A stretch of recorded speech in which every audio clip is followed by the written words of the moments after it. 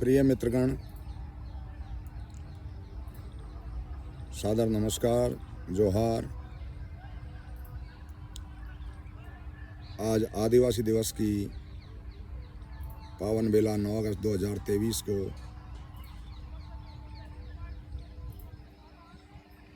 आप सभी को शुभकामनाएं। और आज हम जिस जगह में रह रहा हूँ, गंगापुर सिटी के रेलवे बंगला कॉलोनी में, उस बंगले में बड़े पेड़ लगाने के लिए तो जगह बची नहीं है, क्योंकि जब 2004 में मैं गंगापुर ट्रांसफ़र होके आया था, उसके बाद मैंने इस बंगले में वृक्षारोपण कर इसमें एक भी वृक्ष मुझे नहीं मिला। बहुत ही दुखद स्थिति थी कि जो कुछ वृक्ष थे उन्हें जड़ से काट दिया गया था, कुछ अनाधिकृत पशुपालकों द्वारा, तो कुछ लकड़ी का प्रयोग करने के लिए असामाजिक तत्वों द्वारा। जी हाँ, मेरे इसी बंगले की जो कहानी है उससे ही मैं आपको अवगत करवाता हूँ। ये कहानी शुरू होती है सन 2004 से, जब मेरा स्थानांतरण शिक्षा नगरी से कुशालगढ़, जो आज गंगापुर सिटी के नाम से प्रसिद्ध है, में हुआ। जब मैं यहाँ पर आया तो ये गंगापुर स्टेशन था और एक तहसील और उपखंड हुआ करता था, लेकिन आज संयोग से गंगापुर राजस्थान का ज़िला बन चुका है और Gangapur city station Gangapur city junction में परिवर्तित हो चुका है, क्योंकि गंगापुर सिटी से दिल्ली मुंबई लाइन के अलावा दौसा के लिए भी एक branch line via Lalsot Mandawari होती हुई निकल चुकी है। इसलिए जंक्शन की उपाधि मिलना स्वाभाविक ही है। तो इस नई जगह पर सबसे चिंताजनक विषय आवास का मेरे लिए स्वाभाविक ही रहा, कि आप इससे ही समझ सकते हैं कि ये बदली अचानक हुई और मुझे 2 दिन का अवसर भी नहीं मिला, जिसके चलते आनन फानन में मैंने अपनी बसी बसाई गृहस्थी का सामान समेटा और अच्छी तरह पैक करके अपनी भावी कर्मस्थली की ओर अनमने मन से रवाना हो गया। संभल के किनारे बसी एक सुंदर सी नगरी कभी मुझे कलकल ध्वनि करती, अपनी ओर आकर्षित करती, तो कभी उस नगरी के हजारों कर्मी एवं बंधुगण, जिन्होंने मुझे एक सामाजिक सेवा मंच रूपी रजिस्टर्ड संस्था का विधान लिखने की जिम्मेदारी के साथ उसका उपाध्यक्ष मनोनीत किया, का प्यार प्रेम आकृष्ट कर रहा था। एक संवैधानिक समिति जो मेरे कार्यस्थल पर थी की भी जिम्मेदारी सर्वसम्मति से मेरे साथियों ने अध्यक्ष के रूप में मुझे दी, और यहीं से एक सीधे साधे अबोध बालक को भाई लोगों ने एक नाम दिया जिससे मुझे हमेशा खींच होती थी। वो नाम था नेताजी। पर मैं न चाहते हुए भी पूरी निष्ठा से उनकी समस्याओं को पूरी तत्परता से सुनता और अधिकारी वर्ग से हल करवाने का प्रयास करता। आज उन्हीं भाइयों का हुजूम मेरे रास्ते को रोक कर खड़ा था कि हम आपको रोकेंगे नहीं, पर आप जाना न चाहो तो कोई आपको भेज भी नहीं सकता। आपके ट्रांसफ़र ऑर्डर निरस्त हो जाएंगे। पर मेरी पारिवारिक परिस्थिति के चलते उस समय अपनी जन्मभूमि के करीब ही मेरी आवश्यकता भी थी, और इससे मेरे मित्र अनभिज्ञ नहीं थे। इसलिए इतना ही कहा कि आप हमें भूल नहीं जाना। मैं प्रेम, मोह एवं कर्तव्य के भंवर में गोते खाता रहा। आखिर न चाहते हुए भी अपनी नई कर्म भूमि की ओर आना मेरी व्यवस्था रही। यहाँ आने पर मेरा जोरदार स्वागत हुआ और एक छोटी सी जगह एक साथी पायलट श्री प्रहलाद जी ने मुझे उपलब्ध करवाकर फिलहाल आवास समस्या से थोड़ी राहत प्रदान की। अभी जुलाई का महीना आने वाला था, जिससे बच्चों को भी शिक्षा हेतु दाखिला दिलाना था। ऊपर से आवास की चिंता पर क्या करें, सब कुछ अपने नए मित्र जो पूर्व से ही मुझसे प्रभावित थे अपना प्रयास करते रहे। उन्हीं में मेरा बचपन का साथी श्री फूल सिंह मीना जी, जो लोको पायलट थे, जिसे मैं मेरा अनुजी मानता था। श्री किशन सिंह जी, श्री रामेश्वर जी, श्री रामनिवास जी, श्री रामनारायण जी, ट्रेन मैनेजर साहब और श्री सावल राम जी जो आज हमारे बीच इस दुनिया में नहीं हैं। श्री गिरधारी लाल जी जो मेरे पड़ोसी गांव के ही थे, सेवानिवृत्त हो चुके हैं। एक दिन मजाक में श्री फूल सिंह जी ने कह दिया कि सबको आवास आवंटित करने वाले सदस्य जब आवास की समस्या से जूझ रहे तो इससे बड़ी विडंबना और क्या होगी। इन वागबाणों से मैं तिलमिला कर रह गया, क्योंकि स्थानीय आवास आवंटन समिति में मैं सदस्य था, पर कभी भी किसी के साथ बिना भेदभाव उनके क्रम या परिस्थिति अनुरूप ही विधि संगत आवंटन का पक्षधर रहता था और किसी के हक के खिलाफ संक्षिप्त तरीके कतई पसंद नहीं करता था। इस बात से housing committee chairman Shri Jain साहब की नज़र में मेरी भी कदर थी। एक दिन मैं निर्माण अभियंता श्री मल्लाराम जी के साथ श्री जैन साहब से गंगापुर सिटी की कभी भव्य रही खंडर इमारतों का पुनः जीर्णोद्धार करवाने पर चर्चा कर रहा था, जो कि करीब 6 की संख्या में वीरान थी। वीरानी का कारण बड़ा हास्यास्पद था। इनमें किसी बंगले में प्रेतात्मा का साया मंडराता रहता है, या किसी बंगले में किसी की हत्या हो गई, या किसी ने आत्महत्या कर ली। तब से इन्हें कितने ही कर्मचारियों को आवंटित किया, पर सब रिफ्यूजल देते चले गए और असामाजिक तत्व इनके खिड़की दरवाजे के साथ पेड़ पौधों को भी साफ कर वीरान बना गए। मुझे बुद्ध का वह सूक्त याद आया जब गौतमी से उन्होंने ऐसे घर से भिक्षा लाने की कही जिस घर में कभी मौत न आई हो। पर मेरे देश में लोग कान के कच्चे एवं अंधविश्वासी ज़्यादा होने के चलते इस शाश्वत सत्य को स्वीकार नहीं कर पाते कि जन्म के बाद मृत्यु निश्चित है, भले ही वह स्वाभाविक हो या किसी दुर्घटनावश। हाँ, हमारा धार्मिक साहित्य प्रेत योनि को मानता है और गाँव में आज भी बरगद, पीपल, गूलर, गोंदी आदि के पेड़, नदी, तालाब, चौराहे, पुरानी इमारत और कोई निर्जन स्थान पर बने कुएं इनके अड्डे बताए जाते हैं।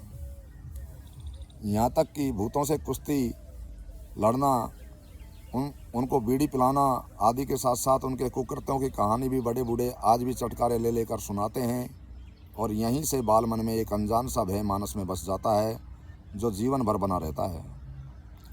हाँ, यहाँ मैं यह कहना नहीं भूलना चाहता कि इन बंगलों के किस्से भी कुछ लोग इसी प्रकार बयां करते, जिनका जिक्र मैं आगे करूँगा। वैसे आहार, निद्रा, भय एवं मैथुन प्रत्येक जीव के लक्षण हैं, पर मनुष्य एक सामाजिक प्राणी जिसे परमात्मा या प्रकृति से एक विशेष गुण अतिरिक्त मिला है, और वह है विवेक। पर बहुत कम लोग होंगे जो अपने निर्णय स्वविवेक से लेते होंगे, वरन ज़्यादातर तो जो सुन लिया उसे ही मान लिया के सिद्धांत पर अडिग होते हैं। फिर चलते हैं इन बंगलों के खंडर होने, इनमें भूतों का बसेरा होने के कारणों की पड़ताल करने, क्योंकि श्री जैन साहब ने कहा कि यदि इन्हें लेने कर्मचारी तैयार हो जाएं तो मैं इन्हें पुनः रहने लायक अच्छी स्थिति में कर दूं, पर शायद ही कोई तैयार हो। मुझे अब अपने आवास की समस्या हल होने के साथ ही 5 और साथी तैयार करने थे।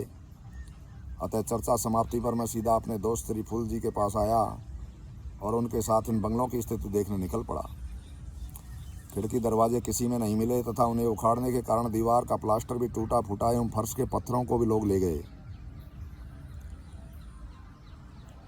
पेड़ तो पहले ही जड़ से समाप्त कर दिए गए। अतः सच बताऊं तो दिन में ही डर लगता, ऐसी उजाड़ अवस्था में ये इमारत थी। मैं एवं फूल सिंह भाई अभी इसमें अंदर दाखिल होने वाले ही थे कि मामा श्री मोहनलाल जी जो आज इस दुनिया में नहीं हैं, यहाँ पर लोको पायलट हुआ करते थे, जो मेरे बंगले के बगल में ही रहते, जिसमें आज श्री कैलाश चंद मीना जी लोको पायलट रहते हैं, दौड़ लगाते हुए आए और हमारी बंगले के अंदर जाने की जो स्थिति थी उसे रोकने के लिए खड़े हो गए। इस बंगले को लेने की तो बिल्कुल ही मना कर दी तथा उसी समय एक पथिक आया जो कभी इस बंगले में नौकर रह चुका था। वह अनजान पथिक कहने लगा, बेटे ये रहने लायक नहीं है। अंग्रेज़ों के बाद इसमें कोई नहीं रहा तथा जब सभी ने इसे लेने से मना कर दिया तो इसे कर्मचारी ट्रेनिंग हॉस्टल बना दिया गया। यहीं मैं खानसामा हुआ करता था, पर इसमें जो बगल वाला नले की ओर का कमरा है उसमें जो भी सोया उसकी खाट नले में उल्टी पड़ी मिली। मैंने मेरी आंखों से इस भूत को यहाँ आते जाते तथा अपने कमरे से लोगों को बाहर कलामुंडी खिलाते देखा है। अतः आपके तो बच्चे भी छोटे होंगे, मेरी सलाह यही है कि इसे भूल कर भी मत लेना। मामा जी कहने लगे, एक बार एक कर्मचारी अकेला यहाँ रहा तो सुबह नले में बेहोश मिला तथा दूसरे दिन होश आया तो पागलों की तरह हरकत कर रहा था। एक स्याणा ने इलाज किया, जब जाके ठीक हुआ। थोड़ी देर वार्ता पश्चात उन्हें हमने विदा किया तथा हम भी वहाँ से खिसक लिए, पर नज़र बचाकर पुनः डरते डरते उसी नले किनारे वाले बंगले में पहुँच गए।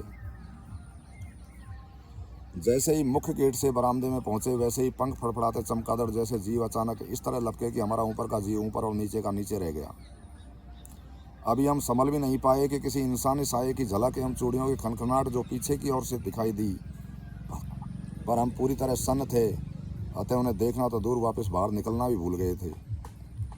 अब हमें विश्वास हो गया कि यह इमारत कभी आबाद हो ही नहीं पाएगी, क्योंकि इसमें इंसान नहीं, भूत जो डेरा डाल चुके हैं। उस रात मुझे नींद नहीं आई, पर मैं बजरंगबली को इष्ट मानता हूँ, अतः उनकी शरण गया और संकट मोचन हनुमान अष्टक का मन ही मन जाप करने लगा। तो मेरे अंदर से आवाज़ आई कि इस बंगले को ले ले, तेरा बाल भी वहाँ का नहीं होने दूंगा। जब मेरे इष्ट देव की आवाज़ मेरे अंतर्मन से आई, ये मेरी अपनी आवाज़ थी या मेरे इष्ट की कृपा कि प्रातः हम फिर उस बंगले पर गए जहाँ हमने बजरंगबली का स्मरण करते हुए प्रवेश किया, तो चमगादड़, खाली बियर की बोतल, जूट एवं प्लास्टिक के कट्टे, बिछे हुए ताश के पत्ते, कुछ आपत्तिजनक प्रयोग किया सामान मिला। कल वाले भूत की गुत्थी सुलझते देर नहीं लगी, फिर भी एक भय जो मेरे मन में व्याप्त था। पूरे गंगापुर सिटी में इस बंगले को लोग भूत बंगला ही कहते देखे गए, पर सच कहता हूँ, वह मेरी परमात्मा में सच्ची श्रद्धा का परिणाम था या उसके आलम्बन में मेरा आत्मविश्वास रहा। मैं अब इस बंगले को अपना आवास बनाने का निर्णय ले चुका था। कोई अलौकिक शक्ति मुझे बार बार पुकार कर कह रही थी कि ये जिंदा भूतों द्वारा अपनी असामाजिक गतिविधियों को पूरा करने का षड्यंत्र, जिसे प्रेत आत्माओं से जोड़ दिया गया। भूत हो या कोई जीव, तब तक हमें परेशान नहीं करते तब तक कि हम उन्हें व्यवधान पैदा न करें। ऐसी भी कई कथाएं मैंने पढ़ रखी हैं। प्रेतात्मा अपनी मुक्ति चाहती है, पर मुक्ति हेतु धर्मशास्त्रों में परमात्मा नाम, रामायण पाठ आदि अनेक उपाय बताए हैं। अतः मैंने भी जो उपाय सोचा वह आपकी नज़र में अंधविश्वास हो सकता है, पर मेरी नज़र में एक पूर्ण विश्वास था। दूसरे दिन मैंने श्री एम जैन साहब को प्रार्थना पत्र दिया और तुरंत उन्होंने उच्चाधिकारियों से वार्ता कर कार्मिकों को बार बार रिफ्यूजल करने के चलते इसके टूट फूट एवं पेड़ पौधों को बचाने हेतु प्रशासन हित में स्वयं की इच्छा के आधार पर मेरे नाम आवंटित कर दिया गया, बंगला नंबर 74L। स्वयं जैन साहब ने इसे 1 माह में ही अपने निर्देशन में एक बेहतर आवास बनाकर मुझे रहने योग्य बना दिया। सच कहूँ तो ये बंगला सभी सुविधाओं से युक्त नए लुक में तैयार था। यदि कोई कमी थी तो फेंसिंग एवं पेड़ पौधों की थी, जिसे मैंने एवं मेरे परिवार ने संकल्प लिया कि इसे कुशालगढ़ गंगापुर सिटी के सर्वश्रेष्ठ हरित उद्यान का रूप देने में पीछे नहीं हटेंगे। अब मित्र मंडली की बैठक में अपने मन में एक रामायण पाठ एवं प्रसादी की जो भावना थी व्यक्त की, तो सबकी सहमति से खीर पुआ एवं सब्जी की प्रसादी तय की गई।